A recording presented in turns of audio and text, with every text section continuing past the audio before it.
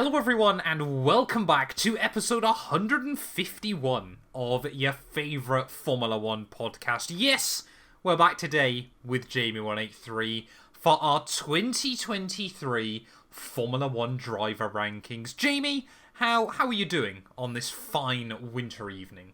I'm good. I'm just celebrating 2 years anniversary of Max Verstappen's first World Championship. So as we record this, that was 2 years ago today. As you watch, 2 years and a day ago. So there you go. Very happy. Very, very happy indeed for Jamie183. Apparently, it worries me that something that happened so long ago still gives him joy. But there we are. But yeah, today though we are going to be doing our F1 2023 driver rankings. So we've done the normal. We've got a tier list ready to go now. This is solely based on the drivers' performances in the 2023 Formula 1 season. And before someone inevitably claims we're biased, yes we are. Some drivers we like, some we don't. It's our show, it's the nature of it. We'll try and remain we'll remain as biased as normal. I think it'll be consistent fair with the other 150 episodes. If you don't like exactly. Apologies. If you don't like it, what are you still doing here? Which is probably not a great way to intro the show. All the viewers have gone. Brilliant. Pretty much. But of course, quickly as well before we dive into it. Obviously, we've got 3 episodes left here on the main YouTube channel. And then obviously 2024, Knowing Wheel is going to be going exclusively on to its own YouTube channel. There'll be a link down in the description below. We are closing in on 350 subscribers over there. We're on 316 currently. So yeah, get yourself subscribed over there if you're not already. And Jamie, let's begin this thing then. Are we just going to go in championship order? Makes the most sense, doesn't it? Yeah, I guess so. Yeah, Max Verstappen, it's real simple, isn't it? You'd be wrong if you put him anywhere other than D tier. No, I mean S tier. I think he almost deserves a new tier for just him, really. Max Verstappen tier. Yes, because it's been one of the best single season campaigns we've ever seen in the sport. So that would be nice and easy. Obviously, 19 wins, 2 second places and a 5th kind of is a bit... Was it 19? Yeah, that's right.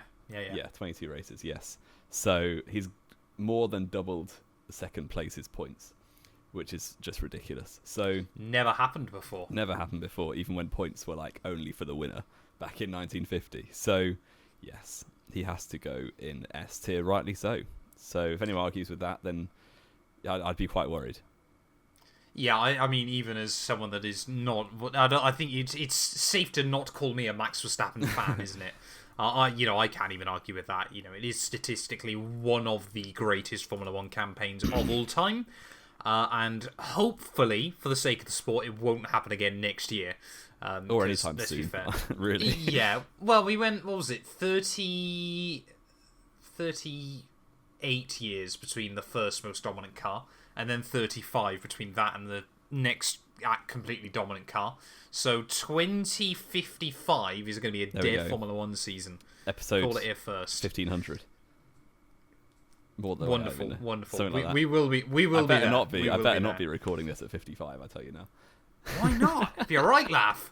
It'd be great fun, Jamie. We can be those journalists who just talk about the 2010s. Is it? We can, yeah. That is like people that talk about the 80s in Formula 1 now. That really worries me. That one day we are going to be those old guys. Yeah. Shall we move on though to Sergio Perez? I don't quite know where to land on this one. He was, I think it was by racefans.net, ranked the worst driver of 2023. I do think that's harsh. I don't think it's far away though. He's definitely not in my top 10. Oh, absolutely not. He barely finished in the top 10. Yeah, no, I think... I'm looking at it and I think C tier is sensible. I agree. It would be interesting when we put more drivers around him where he kind of sits in terms of the actual ranking. Yes. But I mean, he won 2 races. It is on paper his best season in the sport, but obviously in context it's probably not. Yeah, it depends how you define on paper, doesn't it? That's in terms of championship position, points, wins, it's his best. Yeah. But then he went a run of, 5-6 races in a row of not getting into Q2? Or not getting into Q3, into Q3. In the most dominant car, or the most dominant cars the sport's ever seen. it's like, you got to be doing better than that. So, sorry, Checo, but C probably is as good as it's going to get. And maybe some people would be even harsher. Yeah, we'll see sort of where we rank other drivers, won't we? We'll define Checo's stay in this episode. I think, like you said, obviously, statistics can be used to prove absolutely anything, can't they? But I think anyone trying to argue that this has been Checo's best season in Formula 1 is wrong, quite simply. Given a ridiculously OP car and hasn't won a race since April is alarming. Yes, that's absolutely quite something. Alarming. Yes. Next up is your boy, Lewis My Hamilton. boy, Lewis Hamilton. I think, unfortunately, again, obviously, Lewis is one of those drivers that falls into the trap of has had too many great seasons, that you're always bound to knock him back a peg or two. I think safely A is fair, but I think without a win on the board, he can't. For Lewis, he can't really go in S tier, can he? Definitely not S for me. No. Yeah, because it's not been a bad season, obviously, but his standards are so high in this sport that, to not get any wins again, to only really have a handful of podiums and a bunch of consistent points. Like, I guess the car wasn't all that, but for me, he hasn't really shown the flashes of absolute brilliance like some other drivers have. You could argue the pole position in Hungary being his highlight, that was an insane lap. And there were a few races where he was up there and really pushing. But then there were quite a few little mistakes this year and just really off-colour races. So like the Qatar Turn 1 incident, like Abu Dhabi the whole weekend, he just wasn't really up for it.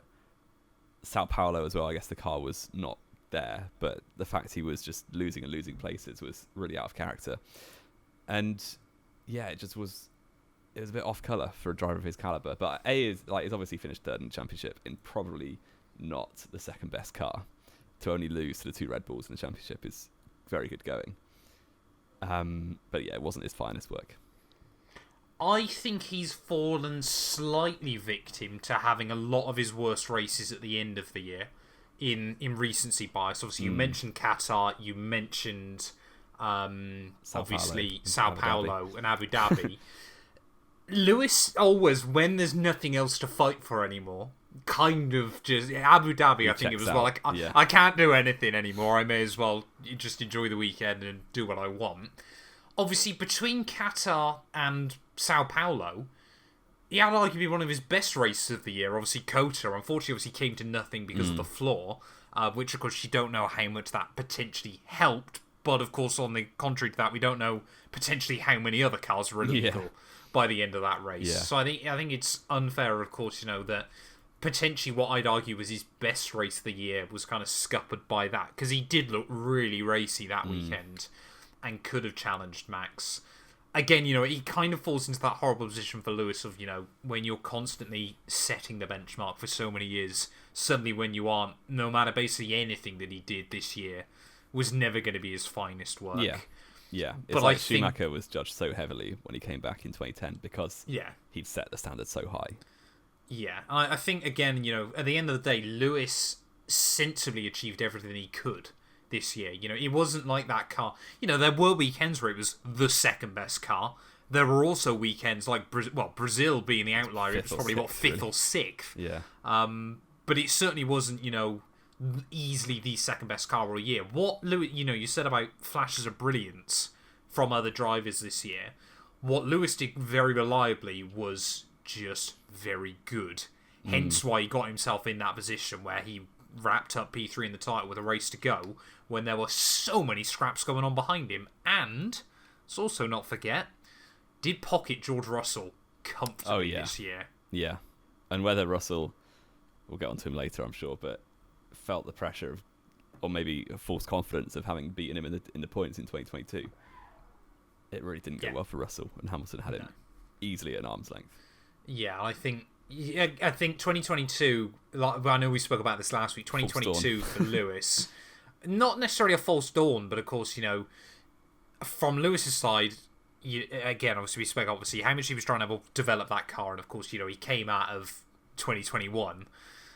He could have quite easily this year settled in, finished around George, and people would sort of gone, yeah, his time in the sport's coming to an end. Lewis, for me, this year proved that when he says he still feels like he's got a few more years in him, this year proved that to me, and I've become far less worried that he's going to retire suddenly.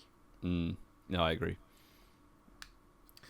Was it Fernando Alonso was P4 in the championship, wasn't he? And I guess the thing is with Fernando, of course, is we can say a lot of the same things as we did about Lewis, wasn't it? It was another older driver that really proved that they can still hang with the young guns. Yeah, absolutely. And for me, this whole tier list thing, in my head, I've got obviously number 1 sorted. And then for me, number 2 probably has 3 main contenders.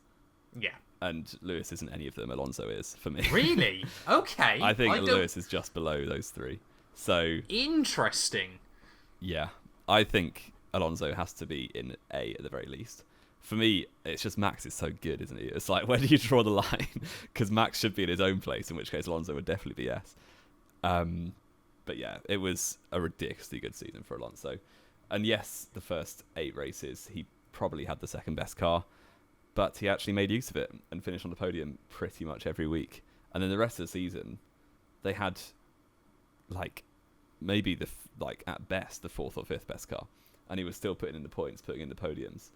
Especially that race in Brazil was just phenomenal, and the ability to hold on to that P4 in the championship right to the end with that machinery was just a bit ridiculous. For me, it's his best season since 2012, probably. Yeah, I think that's a optimistic but close to fair assessment to how I would have put Alonso this year. And again, obviously, we're talking from our own personal biases here. Don't get me wrong, early campaign was getting absolutely everything out of that Aston Martin. Comparing him to Lance Stroll, I think is a bit of an insult to Fernando Alonso. That car, absolutely, the fact that Stroll didn't get a podium all year in that thing is just a lot. I mean, I remember early on this season when we were worried that Stroll would win a race before Fernando would this year. Like, he'd just get one really lucky race. I think, he had that big slump in the second half of the campaign. And obviously it built up that massive advantage over most. It was only really Lewis that by the summer break was looking like he could still topple Fernando. And of course, Ferrari came back a lot stronger. McLaren obviously came back a lot stronger as well, which obviously meant that Fernando was really trying to hang on towards the end of the year. That being said, though, again, obviously, like you said, definitely one of his best campaigns in the last decade, and obviously has shown once more that when he's got a car that can deliver, Fernando Alonso is still absolutely a driver that will deliver. Yeah, absolutely. I'm happy to put him in A above Lewis. Mm-hmm. But I'm pretty certain I know one of the drivers who you reckon was better than Lewis this year. I don't know the other one, though, so I'm very, very interested when we come to that in the near future. Because normally we're very, very similar on this, but I've got no idea who you're ranking as the other one. I feel like from what I've seen, that's the common take on I kind of agree with a lot of what the experts are saying, but from what I've read, but we'll carry on. Okay, interesting. Charles Leclerc, he was P5, wasn't he, at the end of the year? Yes, tied actually on points with Alonso. Lost it by, was it second or third place count back or something ridiculous? I think it was third place count back. They tied for second places, yeah. Yeah, they got 3 seconds each. And it was third places Alonso got more of, which is ridiculous. Imagine that decided the title. That would have been crazy. How many, just out of interest, how many seconds did Lewis get this year? I'm trying to think. 1, 2, 3. So they all got 3. 3 as well, yeah. I thought honestly it would be less. I just thought he was slightly more consistent. Yeah. So you'll probably disagree. I think Charles Leclerc is right up there with Alonso. He's one of them. With him, obviously, he was the one that I thought you might, but I wasn't entirely. No, he wasn't actually the one. Okay, but he was one of the ones that I thought might be in that little 3 for you. Yeah, I think. Okay, talk me through ridiculous. Just the amount of he's got 5 pole positions. I know the Red Bull wasn't strong in qualifying, but the fact that he's got 5 poles against the car that had the whole field at arm's length most of the time. Wasn't strong is different with that Red Bull to not OP. Yes. Let's just make that very clear. It wasn't as strong in qualifying. Obviously, Max still got, 11, 12 poles or something like that. But, yeah, the fact that Leclerc got 5 in that Ferrari, is a bit ridiculous. And he was screwed over so many times by reliability or a random DSQ in USA like Lewis was, or just, poor strategies. It's worrying being a Ferrari driver in 2023. But I think he was incredibly good, especially towards the end, and maybe it's recently biased, but yeah, there was a spell of 3 or 4 races culminating with Singapore where Sainz was better than Leclerc, and then after that Leclerc kind of just put him back in his place and set his authority on that team. Well, there's been some speculation, hasn't there, more recently, that obviously Ferrari took the car in one direction, which obviously gave Sainz a bit of an advantage, and then took it the other way, which helped Leclerc out again. I think part of it for Ferrari was, for example, Baku was a weekend, obviously, where, I've said this for so long now. Charles Leclerc, I do believe, will probably be held on a Saturday in the same sort of caliber as Hamilton and Senna. Some of the laps he's done are ridiculous. He's absolutely a driver that can actually get it wired on occasions. But there have still been quite a few instances this year from Charles' side of the garage that have kind of, again, it looked like right until Sainz was thrown under the bus in Abu Dhabi with an awful strategy. Yes. I know what Ferrari were trying to do, but it was absolutely thrown away. Leclerc wasn't going to beat him this year in the points. Now, of course, yes, Sainz got that win at Singapore and all this, that, and the other. I still, don't get me wrong, I absolutely believe Charles Leclerc did a better job than Sainz this year, but I struggle to put him in a group with Alonso and Lewis, who absolutely pocketed their teammate pretty much all year, no matter what was going on with the car. And yes, one of them had Lance Stroll in the other car. I believe I might stand a chance of pocketing him. Actually, I saw an interesting fact about this yesterday, I think it was.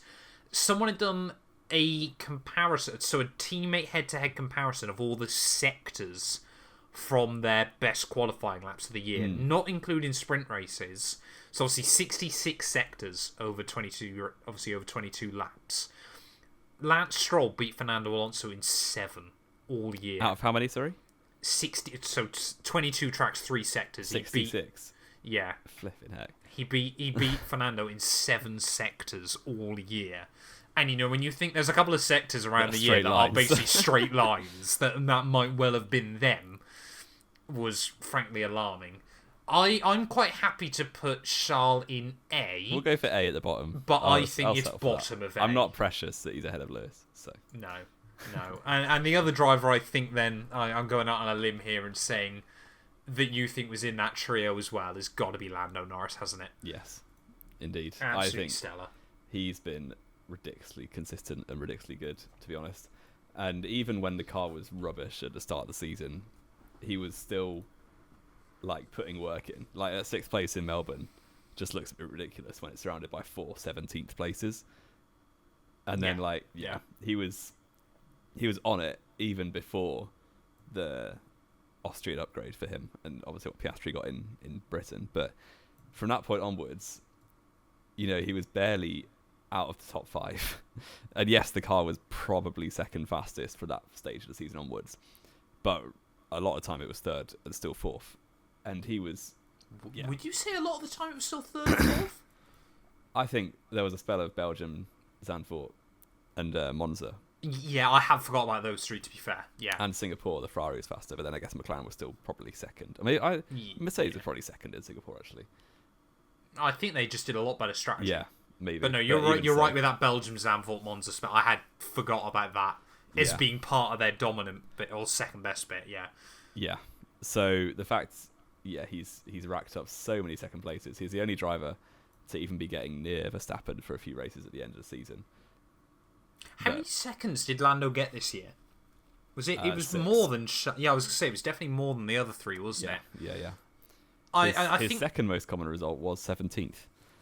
It's staggering, isn't it? Yeah. 2nd and 17th. Yes. Goes to show just how ridiculously topsy-turvy McLaren's season was.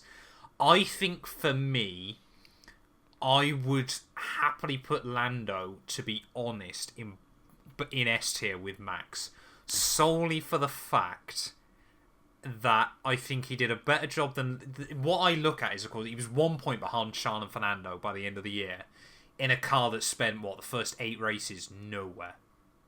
But then arguably, got lucky in Australia. McLaren and Aston basically swapped. No, Aston Martin were never that bad. They might have had one race. I think Lando, to be fair, did make a lot of qualifying mistakes as well. He should have been... he went out in Q1 in Mexico through a mistake. He, messed up in Vegas, obviously, in the race. Just crashed. Didn't he go out in Q1 in Mexico because Fernando span? Or am I remembering that wrong? Well, he didn't get a chance to do a second lap, but he made a massive error on his first lap. Yeah. So it was still his error, obviously the Abu Dhabi error. And then Piastri took McLaren's only opportunity of a win in the sprint. I don't know, there were a few weekends. It was not stellar. Are we saying top of A then? I think I would go beneath Alonso personally, but... Really? Yeah. Really? It's close with them two, definitely. I think it's close between all 4 of our 8 drivers at the moment. But if it was me, I would have said Lando, Fernando, to be honest. The fact that he's finished 1 point behind him in a car that, yes, was probably more comfortably second, but has not spent all year as a points contender, I think goes to show again that Lando Norris is level. And even Oscar Piastri, who I think, a lot of people thought Lando would absolutely wipe the floor with him. I wouldn't say he has. He hasn't. But I think he's done a pretty good job at keeping Oscar at bay as well as he's done on a lot of occasions. Yeah, and they are the 5 best drivers in F1, easily, in my opinion. Yeah, I think that's fair. The top 5 there, not Perez. Not Oscar Piastri. Sorry, we jumped the gun there slightly. Carlos Sainz, even the only non-Red Bull winner of the year. Yeah, which is just bizarre that he's in 7th place in the championship. It's hilarious. Yeah, I mean it was a classic Carlos Sainz season. I think he's a very safe pair of hands. Shows flashes of brilliance, like you can expect, but doesn't quite have the legs to run with the absolute top guys. Other than that form, the 3-race spell after the summer break was ridiculous. I think, like we said obviously a moment ago, a bit unlucky that he obviously ended up down the order by the end. Because that 7th could have very easily been 4th had again Ferrari not completely. Well, he would have been close to that fight for 4th. Yeah. Although again he wasn't far away. 6 points off by the end of the year. I think he's done a good job this year once again. Of obviously Charles Leclerc is obviously Ferrari's number 1. Yeah. He is the guy I still think will bring glory back to Maranello, all that kind of thing. What Carlos Sainz is tremendous at doing though is when Charles Leclerc has a stinker, or he bins it in qualifying, or he does this, that, or the other, Carlos Sainz is that safe pair of hands that always steadies the ship. I think they complement each other quite well in that regard. If you've got one that, is mind-boggling over one lap, but you also get the sense that Carlos Sainz usually doesn't get too phased by that either. You don't get the sense that one weekend he's there going, I don't know, Charles Leclerc's done this, I just don't quite get how he does it. Yeah. I don't think Carlos Sainz thinks like that. I just think he's a bit like his dad was in rallying, just sort of very level-headed. Unfortunately comes up second best probably a bit too often, but will always get the job done. I think he's exactly what Ferrari still need in that second car. Yeah. I think a B season for me is perfectly fair. He took 2 poles. 2 poles. Yeah, I feel that I was going to say bottom of A, to be honest. I feel he was less than 10 points back behind all 3 of those guys 6 you put in A. Yeah. I think he's been a little bit scuppered by recency bias as well. And let's not forget that Singapore, he did win that race under immense pressure all day long. I think that deserves a little bit of a bump. Yeah, we're going to have everyone in A. I don't think we are. I'm looking at the rest of the grid. Oh yeah, next up, George Russell. Definitely not. George Russell. A disappointing year for George Russell, who was a little bit saved because apparently he got Mercedes P2 in the end by getting a podium in Abu Dhabi. Yeah. Oh, well, where do you start with George? I don't know. It was such an off season for him. And there were just so many anonymous races. And also, not even races where he did nothing, but races where he was good but then just crashed. like the fact that Canada and Singapore, who was on for probably Canada maybe 4th or 5th, and Singapore obviously 3rd at the least, and then just binned it on his own, an unforced error, is not really on for a driver of his caliber. So I still think he got a little. Don't get me wrong, obviously completely his mistake, but I think he got a bit unlucky in Singapore. The fact Lando hit that wall in front of him, less hard. That's what threw him off. But of course, at the end of the day, it's still your job not to hit the wall. Just because the car in front of you has doesn't mean you follow him. I hope this has been a year for George Russell where he gets something over this winter that he works out what went wrong. But I think I do wonder whether there was a little bit of, walks back into Mercedes HQ in the middle of January, all this, that, and the other, going, well, I beat Lewis last year. It's going to be the same again this year. I've spent Christmas relaxing. He just didn't, he came back up against a Lewis who, don't get me wrong, I think after the first couple of races, obviously, Lewis knew he wasn't going to win a world championship. So it wasn't like that 2021 hunger of, you got that huge fight in your hands. But it was very much I've been here a while, I'm going to pocket this kid this year and just remind him who's top dog. Yeah, exactly. I think for me, George is B even.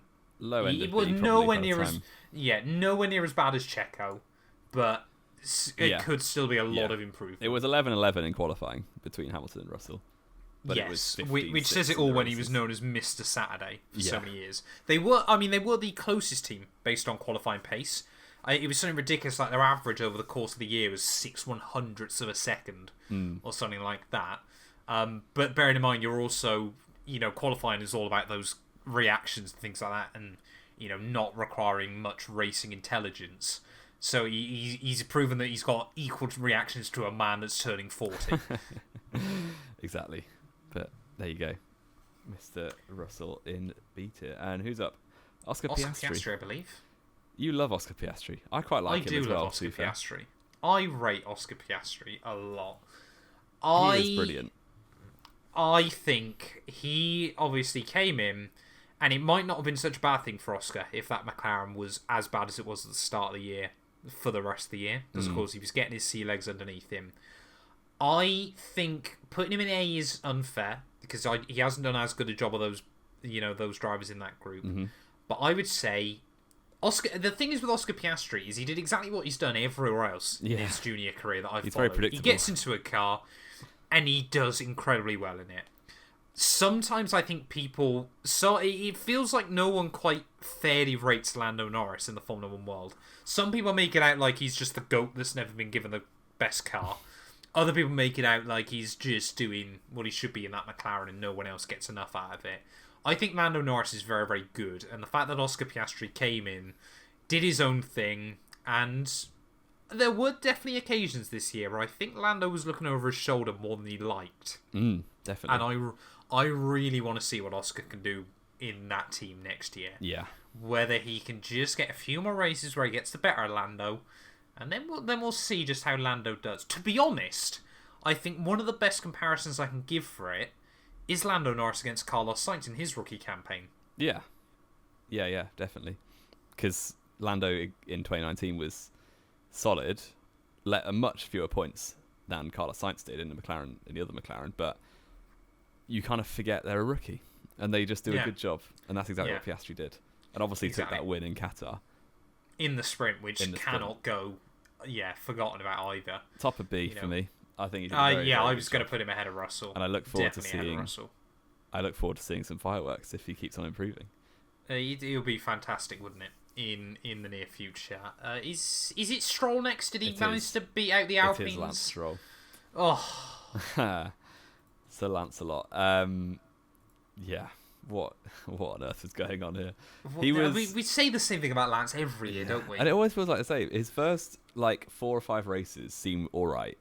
And generally his last 4 or 5 races seem alright. And he just disappears for the entire summer. And on Saturday. All the time. One of the worst qualifying averages all year. Just, again, it's just that thing, isn't it, with Lance Stroll of, if his dad didn't own the team, of course he wouldn't have a drive. He probably, people bang on about his European F3 season. I've heard stuff about that. I'm sure it's very creditable and valid. It's from former drivers that were around him. There you go. Got the scoop. Get it on race fans.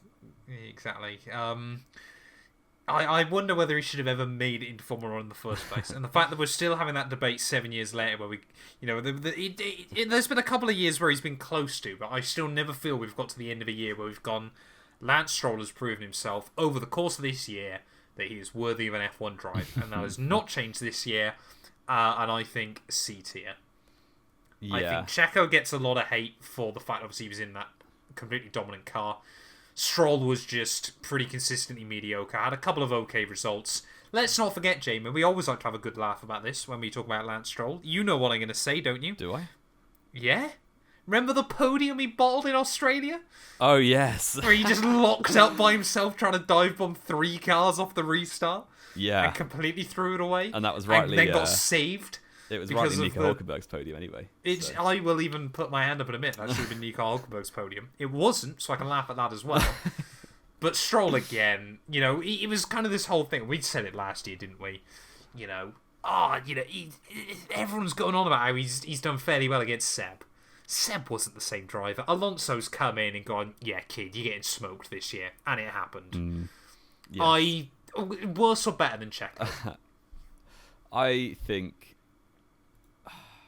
What do I think? I think worse than Checo. Let me give you some numbers. If you double Stroll, he's still 50 points off Alonso, approximately. Yeah. If you double Checo, he's like 30. Yeah, not many off Max. Which is a bit dumb because obviously scale and all that. Exactly, but, the scale. And Stroll had a worse season than Perez, I think. Yeah. Plus, you got to remember as well, Alonso had 10 podiums this year? 9 or 10 podiums? Yeah. Stroll had 0. Only 8, but yeah, still. Yeah. 8-0. The point stands, doesn't it? And the fact that at the end of the year, Oscar Piastri is a rookie, easily had the better of Stroll.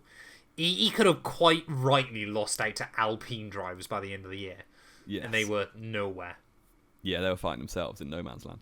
Speaking of the Alpine drivers, Pierre They're up Gasly. next.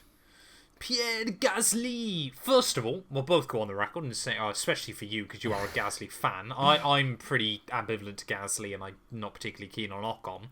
So happy that he didn't get mugged by the end of the year because I thought after Las Vegas, Alpine are going to destroy this and again. And Japan, and Ocon's going to beat another teammate through fraudulent results. Yes. At the end of a year and not having the engine blow up as much. It was one of those years for Alpine, wasn't it? Where, let's be fair, they couldn't do a lot else. They both got a podium in 2 very, very good drives, but they couldn't do a lot else with it, either of them. They weren't ever really going to be in the battle behind, and they were never going to be in the battle in front. Yeah, and I think both of them have done all right, but Gasly has been slightly better, which I'm very pleased Gasly about. Absolutely will go ranking higher on here. Yes. I would put them both in B tier. Yeah, I struggle to put them anywhere else because it's hard to measure. Really. Obviously, they've been 2 B tier drivers in a B tier car and finished in a B tier position. Yeah, what more can they've been you very say? close together. They've been very, very closely matched in qualifying and the races. Gasly slightly has the edge, which pleases me muchly. And me. And they both got 1 third place. So they did. Going into Abu Dhabi, they had as many podiums as George Russell did this year. Gasly actually got 2 third places. It's sprint, wasn't it? Belgian sprint. Yes. Yes. I forgot about that. Yeah. So there you go. And Gasly's Zandvoort podium was much harder earned than Ocon's Monaco podium, in my mind. I think that's harsh. Ocon was rapid all weekend, to be fair. Ocon was in the fight for pole in Monaco. I would quite happily put them both in B tier, but I'm going to say behind Oscar Piastri. Solely for the fact that he didn't go to Alpine and was better than them. Yes. And in fact, Alpine turned down 2 drivers who both finished ahead of both their drivers in Alonso and Piastri. Ocon better than George? I think Ocon's better than George. Yeah. He's They've been George very, very similar. We're agreeing too much. What is this? We both know wheel. We do. All right. Is it Albon Alexander Albon. We're going into the C tier cars now. I was going to say, he was not a C tier driver this year. No. Alex Albon, absolute baller. Oh, yeah. One of the stars of the shows for me this year. Yeah, single-handedly won Williams 7th place in the constructors. Well, he's basically scored as many points there as, apart from AlphaTauri in the final 2 races, or final 4 races or whatever. Basically, he had outscored all of the other backmarkers, hadn't he? Put together. It was pretty much always, if it was going to be one of those backmarker cars that got a big result, it was pretty much always Albon, until AlphaTauri basically brought a Red Bull car in. Yeah, definitely. And he has, for me, towards the bottom of A. I was going to say A tier. Better than Sainz? I think it's better than Sainz. Between Sainz and Leclerc. I feel if I put him better than Sainz, I have to put him better than Leclerc. No. Okay, we'll agree on that. Between the Ferraris. We'll agree on that. There you go. Fair. And he's been ridiculously good all season. And I think it's obvious to see. Williams have been put now in a much, much more safe place, it feels like, heading into the future, with Albon at the helm. And it's one of those very rare moves in Formula 1 where I'm genuinely ecstatic for all parties. Yeah, it couldn't have worked out better for anyone. It doesn't feel like often in F1 we get a situation where it seems to be working for everyone, but I don't think anyone is upset with that, unless you're a Latifi fan. Also, James Vowles, what a guy. I love him. Exactly, yeah. It's a really good little core they've got there. That I feel like they could end up becoming kind of that Force India of the early 2010s. Just get a lot done with limited They're never going to win a resources. championship, realistically. No. No. I would love to see an album winning that Williams, though, in years to come. But it probably won't happen. Who's up next, Jamie? Is it Nico Yuki Hülkenberg? Tsunoda. It is Yuki Tsunoda. Yeah, underrated, I think. Or he's simultaneously underrated and overrated. And over, yeah. We said it right from the get-go, didn't we? We didn't believe that AlphaTauri was as bad as a lot of people made out. It quite quickly got proven that was the case when De Vries was dropped. But that being said, Yuki Tsunoda, even when Lawson and Ricciardo came in, was often, wasn't always like he was pretty much with De Vries, but was often still the better driver. And I think that's been really important for Yuki, because he got put in an odd position this year. Because, of course, he basically, the way it kind of felt, wasn't it, within that team structure, we got reports of it early on, was De Vries basically had become like the number one within that team, or like he was sort of a lot closer with a lot of the personnel, all this, that and the other. Yuki then wiped the floor with him early on, and then of course Daniel Ricciardo came back, so it was like, Daniel's now probably going to be the number one in the team. And then Daniel Ricciardo immediately dropped off, so then obviously Liam Lawson came in. Yuki then was kind of forced into that number one, but I'm sure by having these two other drivers that had already come in and taken that role immediately, he probably knew what he wanted to have from that role as well. I think it's been a fantastic year for Yuki, not necessarily just on the track, but I reckon he's learned a lot off it as well. And I think this will be that year that he can probably look back in the future and goes, I feel like I found me in the sport, cemented my place. Yeah, I feel like it's been very, very solid. And he's probably been the second best Red Bull driver overall. Yeah. Which says a lot, I think. And I don't think he's going to get the second Red Bull seat. No. But his stock has gone up, which is a good sign. Exactly. I think B. We've said. I was going to say B. I would say better than Gasly and Ocon. Better than the Alpines. I think I can agree with that. That seems fair. I think the fact obviously he looked Gasly kind of steered him throughout his first 2 years at AlphaTauri. Yeah. I think Gasly and Ocon, Gasly and Tsunoda together makes me pleased as well. So. Yeah, exactly. I think there was I think there was a little bit of nerves, weren't there, heading into this year, that Tsunoda would kind of get a bit lost without him, but he really has found himself. And I think Aston Martin might be slightly less worried about having to bring him in when Alonso goes and Honda comes in. Yeah. Is it Hülkenberg now? I don't know why I keep guessing Hülkenberg. It's Valtteri Bottas. Valtteri Bottas. And I can't speak anymore on Alfa Romeo and Haas, to be honest. Generally, they're just absolutely horrendous cars. So I think Bottas is, out of those 4 drivers, he probably did the best job. I think the championship is a fair representation between those 4. All of them were hamstrung by having absolutely horrendous cars. Yeah. I think, it's safe to say, obviously, Bottas and Hülkenberg got more out of them than their teammates did. But I feel like... I feel Bottas deserves B tier. I think putting him in... I think Perez and Stroll might need to get bumped down, to be honest. Because there were no real drivers, with the exception of De Vries, that had an absolute stinker of a year. I'm not sure I agree with that. I think the problem is we've got too many. I don't feel that Bottas deserves to be lumbered in with Perez and Stroll for the year he had. Is my point. But I also don't think he should be up there with your Piastris. Yeah, I think somewhere between B and C would be great. So if we put Perez and Stroll down to D, suddenly C becomes that tier. Go for it. Is my point. We'll go with that. I think I feel bad putting Perez in the bottom tier. But yeah, but like we said, there's been no. Well, yeah, so we'll talk about that in a minute. We probably do need an E tier on this, didn't we? I don't know. Can We'll I go add with an it. E tier? I can add a row below. We'll add an E tier, Jamie. Nice. Is that fair? Not in that colour, please. We'll get it done. Yeah. What colour do you want? Well, just not anything matters. we've already had. There you go. We'll go blue, purple. I don't know. Wonderful. Nice. Wonderful. Okay. There we go. Yeah, Bottas had the better of Joe, but it was not particularly. Didn't really matter. Oh, yeah, it didn't matter. I was worried where you were going to go with that. 15-6 in qualifying this year. It's the same as Leclerc on Sainz, just to let you know. Yes. But we're also talking about Valtteri Bottas, not Charles Leclerc. Bottas is an excellent qualifier.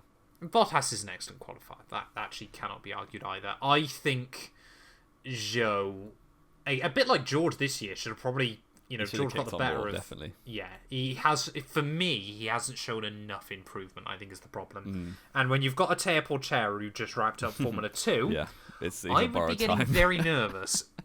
I think Zhou Guanyu might be preparing to learn Chinese, buddy. Oh wait, he already knows One Chinese. step ahead. Mandarin. Yeah, exactly. One step ahead of the game. Right. Nico Hülkenberg. Nico Hülkenberg lost out that podium in Australia and scored points in Austria, and that was basically as good as it got, wasn't it? Well, getting Q3 about 15 times in the worst. That was car on the grid. irrelevant. It wasn't the worst car You on just the told grid. me It was about the the worst qualifying on race record pace. of Bottas. It wasn't the worst quality. It was nowhere near the worst qualifying car. No, it wasn't the always worst been qualifier. Haas. They always make a good car for one lap on a It set was of probably tyres. the worst in the races, I would say, over the season. Yeah, just because it shreds rubber. Yes. Like the Haas does every year. It's the problem when someone else makes your chassis. Like Dallara don't care at the end of the day. It was 15-7 in qualifying in favour of Hülkenberg, and he had 8 Q3 appearances or 9 Q3 appearances, I believe. And qualified second on the road in Canada before forgetting to slow down on the way in. Yep. Yes, and ran second place for half the race in Austria sprint. An Austria sprint. Would Here have we got go. points in Qatar sprint if Ocon hadn't been a melt. Yep.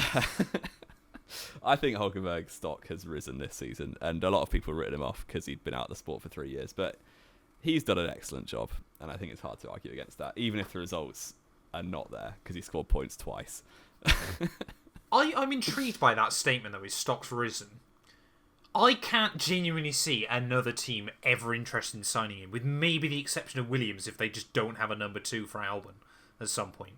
Where is he going to go? Where, like you say his stock's risen.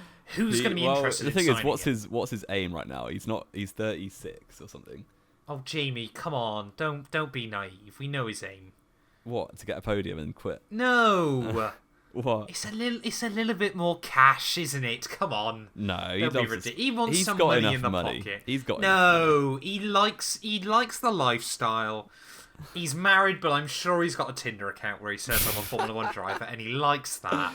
I And think he likes you're getting waffling. paid a few million quid. Absolute waffle. Can't be dragging Hog's name through the mud like that. But yeah, I think if anyone needs a rookie with a safe pair of hands next to him, that'd be a good option. But realistically, he's probably a Haas until he retires. Who needs that? Well, if Bottas gets sick at Alfa Romeo, they could go for a little Teo Hulk next year. Oh yeah, they'll go for a whole driver swap. That works well. Well, for they've them, done doesn't that. They did that 2 years ago. it? Yeah, I suppose actually. There you go.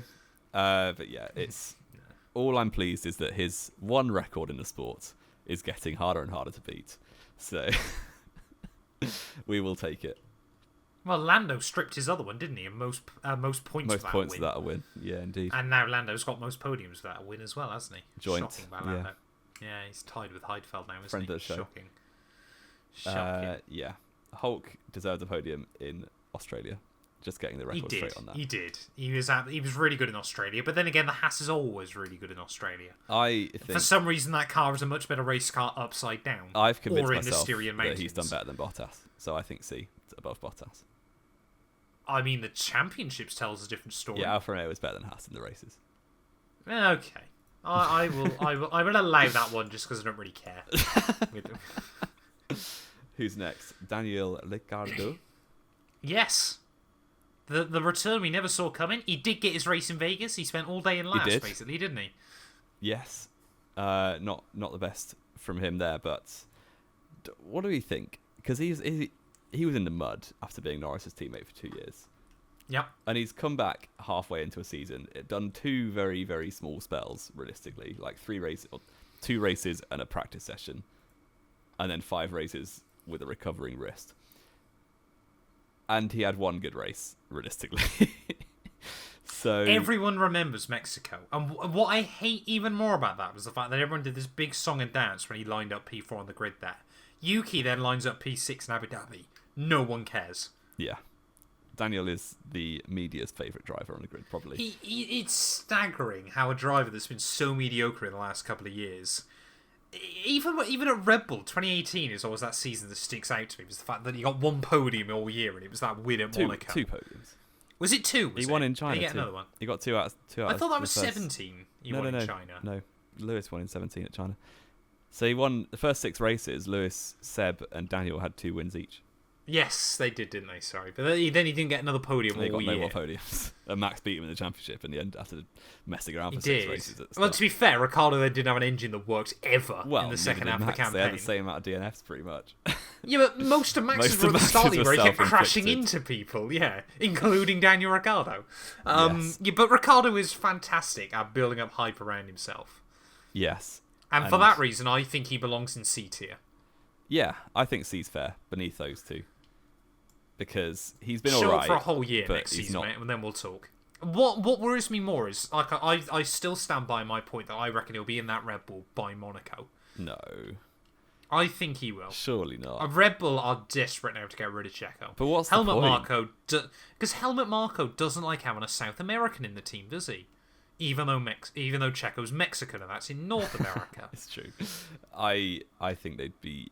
It's such a sideways move to bin Checo. Oh, absolutely. But it will sell more T-shirts. It will. And if the second driver, if Max can win the championships on his own, you might as well have a PR machine in the second seat. Exactly. You might as well put us there, to be honest.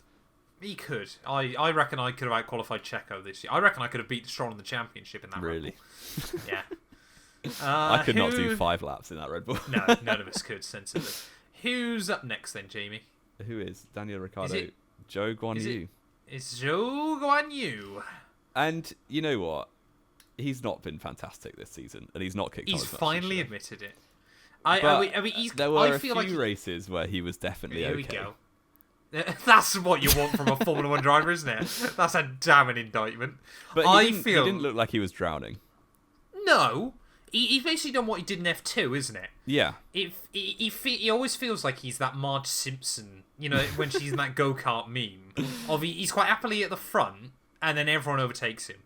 And it felt like that's what happened in his junior career as well. He came in, he was pretty decent, but then people got quicker. Next season, he was better, and other people were quicker. He just hasn't... He's a good driver, but I'm sorry, Jamie. He's a driver that we'll remember in Formula 1, but he's going to be one that has a 3-year career rather than a 10 or 15 year I pretty much agree with you. It's a shame. I think he'll be gone by the end of next year. He might get a little bit of a boost because the Chinese Grand Prix is back.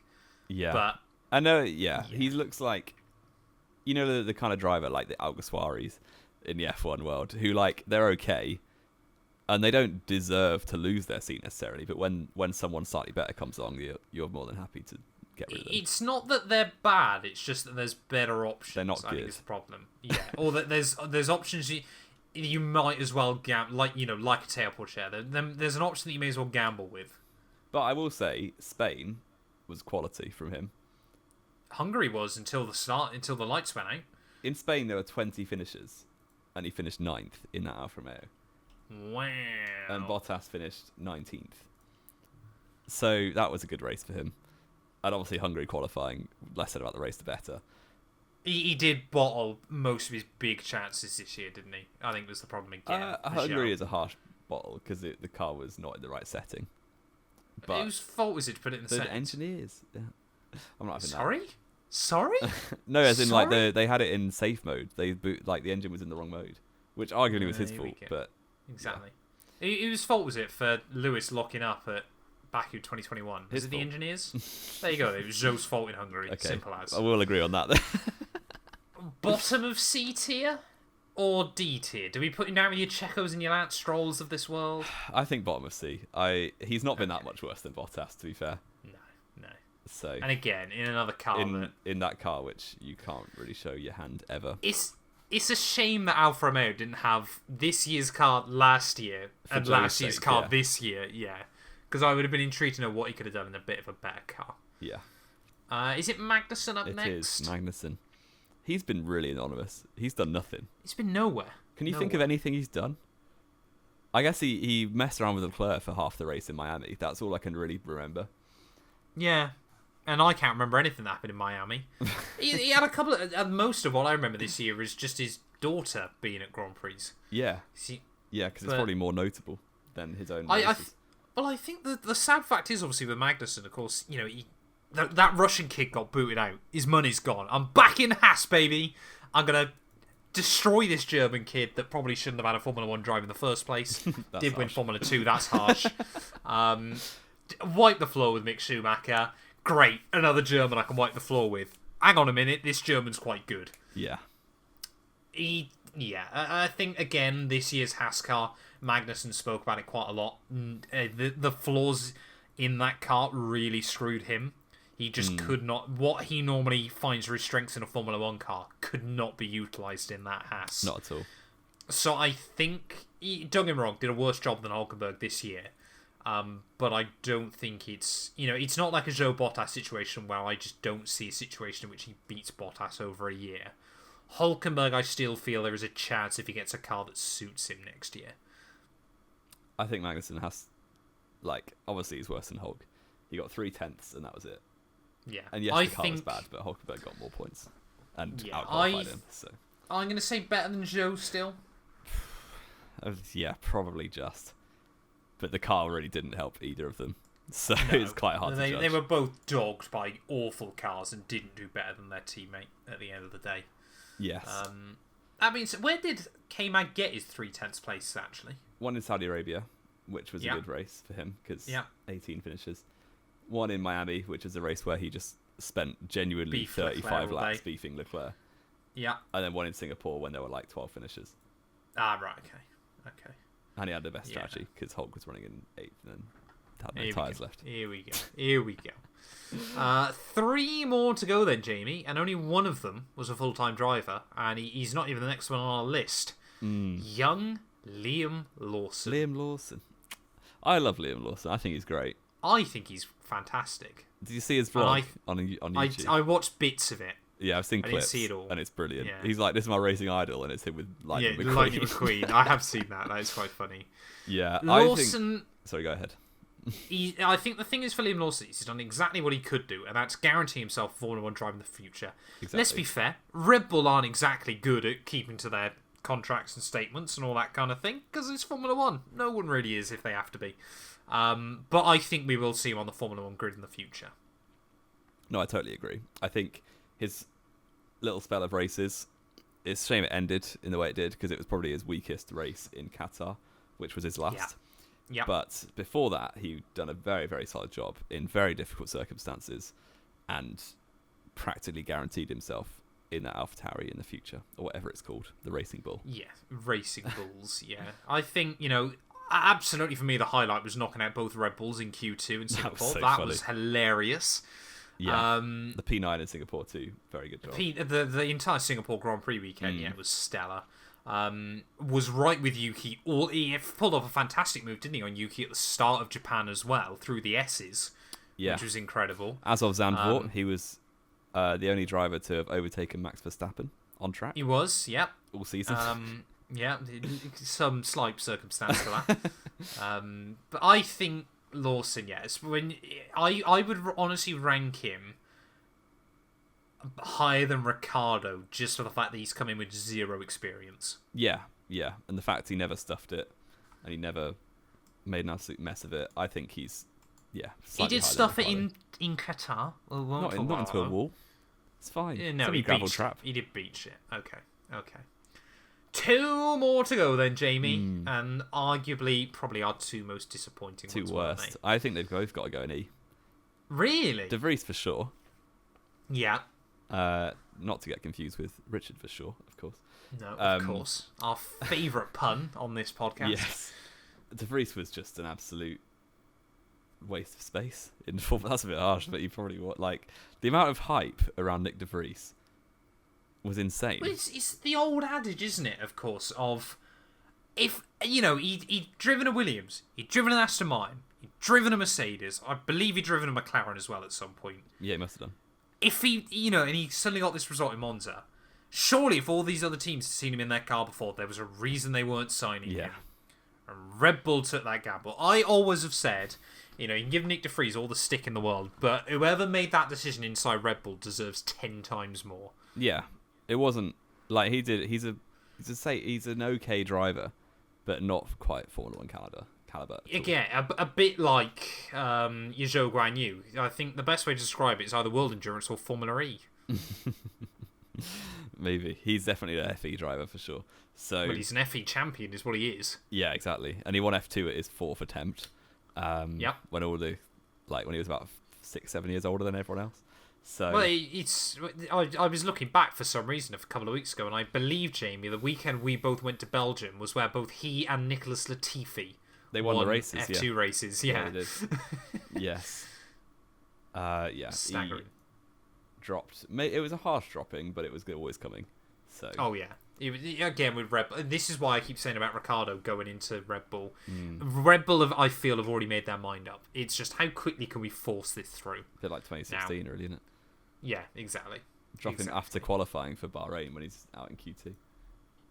Yeah.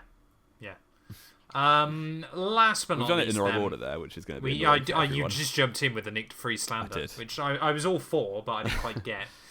Well, Logan Sargent, a tough one. I feel you've said he's comfortably E tier. I don't think that's. You said they both belong in E tier. I said they both belong, but not. I was going to say D tier. He's definitely no higher than D for me. No, absolutely not. No, because he got whitewashed by a driver who got whitewashed a couple years ago. Yeah. So he got head-to-head qualifying squared, is what happened. Indeed. So. Yeah, his 1 point in Austin came in fairly lucky circumstances, to be honest, with 2 disqualifications ahead of him. I think dubious is the right word to describe it, isn't it? Yeah.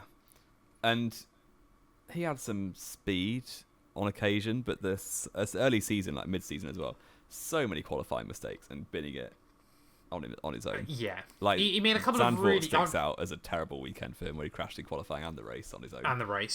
But was that as well where he made Q3 though at Zandvoort? Because he was the last driver to make Q3. Oh no, it was Silverstone. Was it Silverstone he made Q3? Where did he make Q3? Oh, he was 10th in Zandvoort. Yeah, he just I thought in so. Q3. Yeah, he binned it immediately.